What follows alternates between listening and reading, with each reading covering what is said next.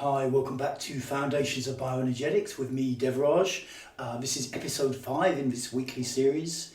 And I've been thinking a little bit about this series in the last week, and I've realised that I probably should have called it Foundations of Body-Based Therapy, because I would like to cover not just bioenergetics, which is really one kind of subset of body-based therapy, but also breath work, Reiki and breath work, and maybe some catharsis as well.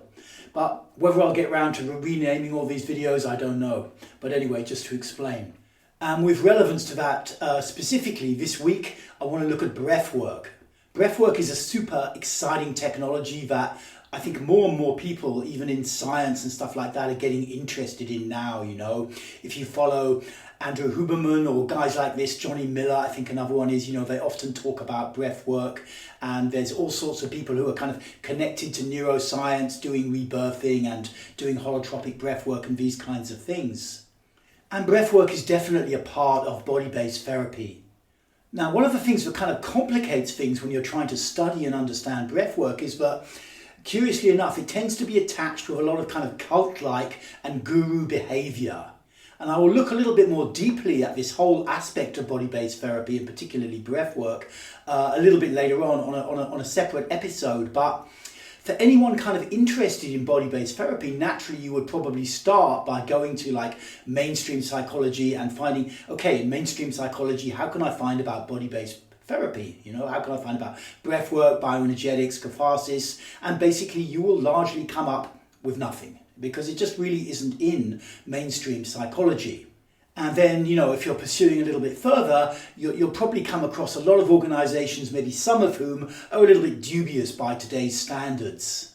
They're a bit cult-like, or maybe there's a kind of guru figure somewhere. There's a lot of new agey speak, and you might wonder, why is it like that? Because originally characters like Wilhelm Reich or Alexander Lowen were proper registered professional doctors. They were in the mainstream, so to speak, or certainly they were on the periphery of the mainstream. They weren't running what would realistically be called cults. And yet these days you will find a lot of kind of cult-like people around this scene. And I think the key to understanding this, and like I said, I will talk more about it in a kind of history episode sometime a little further down the line, but the key to understanding it is that these body-based therapy techniques are radical, and they can be very, very powerful. They can really shift change. Most psychotherapy is working with the mind, with the frontal lobes, with the stories and the narratives that we've embedded in there from our culture about who we are, what our role is in the world, how we get our needs met, our relationship with our mom, our dad, and all this stuff. And when you start working with the breath, or when you start working with body work, with catharsis, you're going right underneath that and deep into the actual substrate, in the physical substrate of the personality. And so radical change can happen. And so on a kind of practical level, you might get some guy who's just like a regular corporate accountant in life, and he gets into a bit of breath work, and he has a massive experience, and then it's powerful, it's changing his whole life, he's looking at the world differently, he's considering himself differently, and the idea just seems to come up, maybe I should just become a guru and start a bit of a cult. And that's actually how it seems to go a lot of the time. And what I try to do, really, having been in that scene, having been Osho Sannyasin for over 2 decades, it's to try and decultify and de-gurufy these kind of technologies, so they can just come out without all these kind of associations, or without the feeling like, oh, if I want to do breath work, I have to join some kind of cult or something and be told we're all going to change the world or whatever, which I think is... it's just not necessary to have all the cult-like stuff. You might be into that, fair enough, but you can also get into these kind of technologies without any need for any guru or cult. You just don't really need that stuff, as I see it. So having said that, back to breath work. If you are familiar with my YouTube channel, then you'll notice that I have basically 4 quite popular guided breathwork workouts. That's to say rebirthing, guided rebirthing, guided seated rebirthing, Reiki and 9-segment release, and something called intense belly breathing workout. And those are 4 kind of classic styles of breath work that were either around before or that I've kind of developed a bit or whatever. and which are all popular on my YouTube channel. And what I'm going to do in this episode is look at the rebirthing and the seated rebirthing and give some theoretical background and a little bit of history, what these techniques are about, how you do them, and the kind of changes you can expect. And if you look on if your interest is piqued watching this or whatever, and you want to give them a go, you can find guided versions on my YouTube channel. You just search for those titles. So rebirthing, let's start with rebirthing, and I think this is a good one to start with because despite some of the cult-like associations and people creating a great kind of sense of mystery around this amazing technique and shamanism and whatever, it's actually a ridiculously simple technique to describe and to actually do, basically. All you are doing is over-ventilating the body with continuous circular breathing for a period of at least 30 minutes, maybe an hour, and that's really all there is to it. Maybe there's some kind of progressive relaxation exercise to begin with to get you more in your body, and at the end some kind of gentle relaxation where you just lie out just to integrate a little bit. But the technique itself is very, very simple. All you are actually doing is breathing more deeply with your chest and your belly engaged, breathing in deeply and breathing out deeply, like breathing in fully, breathing out fully, and not having a gap between the in-breath and the out-breath. And that really is all rebirthing actually is. Now, because as you start to breathe more deeply, energy is mobilized in your body, and this is really the way that the technique functions to create psychological change.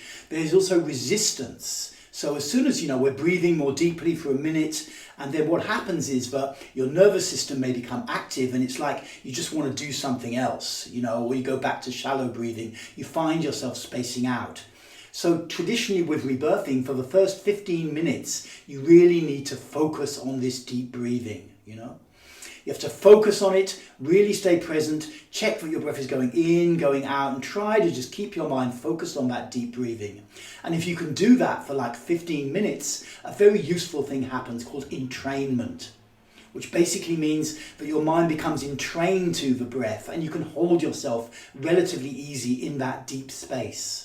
Rebirthing is traditionally tracked back to a chap called Leonard Orr. I think he was based in New York in the 1960s, and I think the story goes that he just discovered it in his bath sometime. He was doing some deep breathing, some kind of Hindu pranayama, perhaps it was an older thing, or some kind of shamanic technique, maybe from South America or Siberia, breathing technique, and he was doing it in the bath. He noticed this amazing tingling sensation, and he felt like he was in a womb, basically. And then, in line with getting into breath work, I think he did, I don't really know, I think he did start a bit of a cult or become a bit of a guru or whatever, but he named the technique rebirthing, and that name has stuck.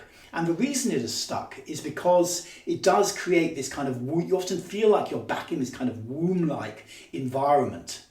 And this is kind of useful, really. I mean, you don't know if you're really back in the womb or not, but it's useful for a couple of reasons. One, because, there's increasing evidence that we may experience trauma in the womb. Sometimes the mother originally has like twins, and one twin dies so the other can live. The womb twin survivors, something like that. Or more commonly, I think the actual experience of being born, if you think about it, you've been breathing through amniotic fluid for like 9 months, and then suddenly these, this kind of peaceful state, these contractions start up in your mother's womb, and you start to be kind of expelled from the body through this tight undulating tube, I mean, if you imagine that you had to go through this tomorrow, as an adult, it would probably freak you out quite a lot. It's quite an extreme experience. And also, we have this umbilical cord. It can get wrapped around the neck or trapped in funny places in the body. Maybe the doctor delivering uses forceps. There's just so much stuff that can go on in birth, right when you're at your most vulnerable, that could really affect you for a long period of time in your life. It could affect how you breathe. You may have been quite constrained in the birth channel for a while, and your brain, your nervous system had to come in and shut your breathing down to almost zero. And this can be a pattern which will literally continue throughout your whole life. Now, these kind of theories are I think there's absolutely validity to them as a therapist who's been working in the scene for quite a while, but they're kind of unsatisfactory because you can't really prove it. You can't really prove it. It's just sometimes working with clients and working on myself, you see these strange breathing patterns that come in, or strange, levels of fear suddenly invoked in someone, for no apparent reason. They can't, even someone who's good at introspection cannot really work out why they're suddenly so afraid. And it's freaking them out quite a lot, what's going on. And possibly what's happened is that somewhere this kind of birth trauma that's buried inside their body fascia or their muscles has come a little bit to the surface. The nervous system is freaking out, creating anxiety, and they're just in this kind of massive fear for no real reason that they can describe. So when you're actually doing the breathing itself, there's a few different approaches from different rebirthing schools as to what to do. You've had your probably progressive relaxation to get you in the body. You've started your deep breathing and you've kept it going for 15 minutes, and now you're in the sensation. You're lying on the floor, by the way. You're lying on the floor, if with the knees up or knees down, and your eyes are closed. You're in your own inner world. Also, to increase the kind of womb-like effect, some people also play womb music in the background. That can be pretty good, because that's the first sound you're hearing, is the first sense that develops as a fetus. So the first sounds you actually hear are this sound of a mother's heartbeat and the gurglings and this kind of thing. But basically you're doing this exercise, you're in your room or in a group room with a therapist or whatever doing it, and there's different ways that it can be guided. Now, classical rebirthing basically tells you that when you start to hit emotions or energetic sensations or whatever, you allow them to be there, but you don't do anything with them. You don't push them away. You've got your body spasming or twitching, or you want to make spontaneous sound. You don't think about what to do with it. You just allow it to be there, but you keep your focus on the breath. You keep your focus on the breath. And the idea with this is that you travel underneath this layer of intense emotionality and physical contractions, and you can kind of anchor yourself down there. So that is kind of, for most practitioners of rebirthing, in my experience, that's what they're doing these days. You stay focused on the breath, you allow anything that's going on, but you stay focused on the breath. Now, there's some alternatives to that. People who are skilled with catharsis may encourage you to make sound. Something's happening in your body, you're going into a state, and they might come round if it's being led the session and say, make some sound and scream, or maybe they'll offer to put some pressure on your body, because obviously if you are in a rebirth kind of, if you're back in the womb, so to speak, psychologically, there is a lot of pressure. And sometimes you can feel, if you're leading rebirthing, that someone maybe they could benefit from some pressure. So you go around and offer it. You can put cushions on the chest, hold the feet, stuff like this, and they have something to kind of push against, and it can lead to a cathartic reaction. So that's another way of leading rebirthing, giving it a more kind of cathartic, therapeutic touch. You may even be, really encouraged to struggle with pressure. When you do holotropic breath work, I remember doing it like 25 years ago, and like 3 or 4 assistants would come, and put pressure on you, and you would kind of freak out and struggle, and you'd have these powerful cathartic reactions. So that's obviously, that's a way of doing breath work where, you're doing it in a group with someone leading the session. If you're just doing it on your own, more likely you just hold to the breath and you just keep feeling your body and allowing whatever's going on.